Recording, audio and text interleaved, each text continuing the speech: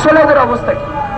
এরা একই লোক, এরা শেষমেশ এই যে যারা লুইটা পুইটা খায়, বড় লোক হইতে চায়, যারা মানুষের হকের টাকা মাইরে দেয় তাদের পক্ষের লোক, যারা মেহনত করে খায় তাদের বিপক্ষের লোক। পৃথিবীর ইতিহাসে কখনোই কোনো মেহনতি মানুষ তার যে হকের পাওনা এটা লড়াই সংগ্রাম ছাড়া পায় নাই। এটাই আমাদের পৃথিবীর ইতিহাস। কাজে আপনারা যে লড়াই সংগ্রাম করতেছেন সেই লড়াই সংগ্রামের কুর্নিশ জানাই। এই লড়াই সংগ্রামের সাথে আমরা আরো সংহতি নিয়ে আরো জোরালো ভাবে থাকবো এবং আপনাদের দাবি আদায় না হওয়া পর্যন্ত আমরাও আপনাদের সাথে এই প্রসঙ্গে রাজপথে থাকবো।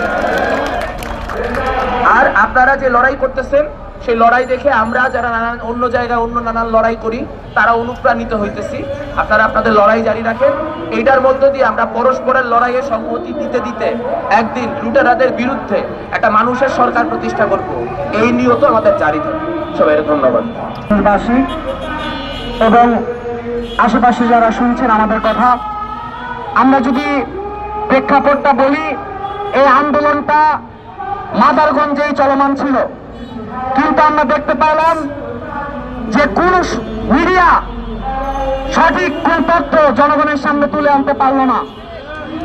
মিডিয়ারা প্রেস ক্লাবের সামনে অগুরুত্বপূর্ণ দাবি দেওয়ার ভিত্তিতে যে আন্দোলনগুলো গড়ে ওঠে সে সকল জায়গায় তাদের উপস্থিতি, কিন্তু মাদারগঞ্জের যে 35,000 পরিবার এবং তাদের সাথে জড়িত প্রায় 1 থেকে 1.5 লাখ মানুষ, তাদের যে তিল তিল করে টাকা জমানো টাকা যে এইদিকে ব্যবহার করেছে, তাদের তিল তিল করে টাকা যখন জনগণ তাদের নিশ্চয়তার জন্য ভবিষ্যতের জন্য জমা রেখেছে, তখন তারা এই টাকা হঠাৎ করে তারা লুট করে চলে গেল।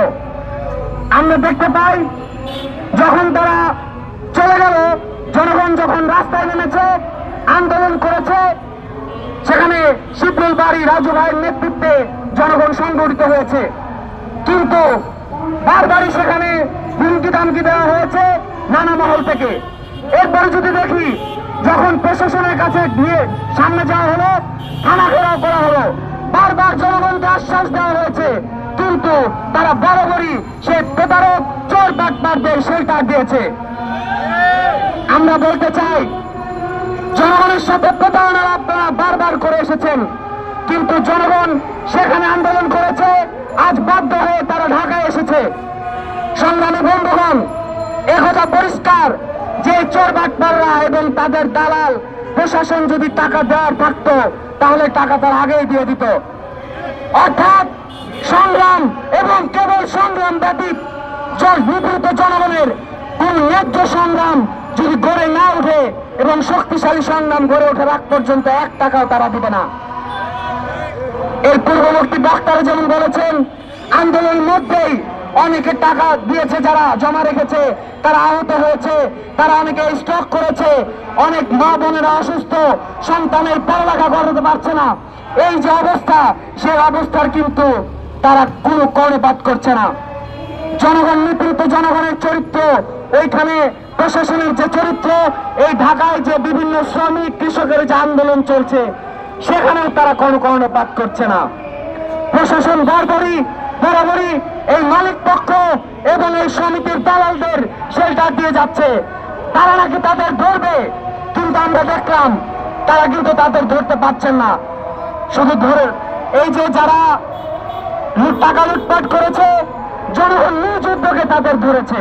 তাই বলতে চাই, আপনারা যে বাহিনী করেছেন, মাদারগঞ্জে একটা সেনা ক্যাম্প গড়ে উঠেছে দেখলাম, কিন্তু সেই সেনা ক্যাম্পের কোনো কার্যকারিতা দেখতে পাচ্ছি না।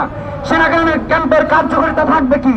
তাও তো শুধুমাত্র সেই মালিকদের আশ্রয় এবং মালিকদের প্রশ্রয় দিয়ে যাচ্ছে। তাই বলতে চাই, জনগণের দাবি আদায় হওয়ার আগ পর্যন্ত দুর্বার গণ আন্দোলন গড়ে তুলতে হবে এবং এই গণ আন্দোলন গড়ে তোলার ক্ষেত্রে বিপ্লবী ছাত্র যুব আন্দোলন শুরু থেকেই যেমন ছিল ভবিষ্যতেও থাকবে। আমরা রুদ্র ভাইয়ের সাথে কথা বলেছিলাম, কথা বলার মধ্য দিয়ে আমরা মাদারগঞ্জে একবার ঘুরে আসি, সেখানে দেখে আসি যে জনগণ তাদের টাকা আদায় হওয়ার জন্য দৌড়াদৌড়ি করছে। আমরা বলতে চাই